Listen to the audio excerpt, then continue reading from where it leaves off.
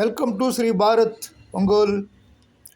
ఈరోజు Ongole two town CI గారు మేడా శ్రీనివాసరావు గారి జన్మదిన శుభాకాంక్షలు తెలుపుతూ శ్రీ భారత్ మీడియా ద్వారా డాక్టర్ మధురశ్రీ కవి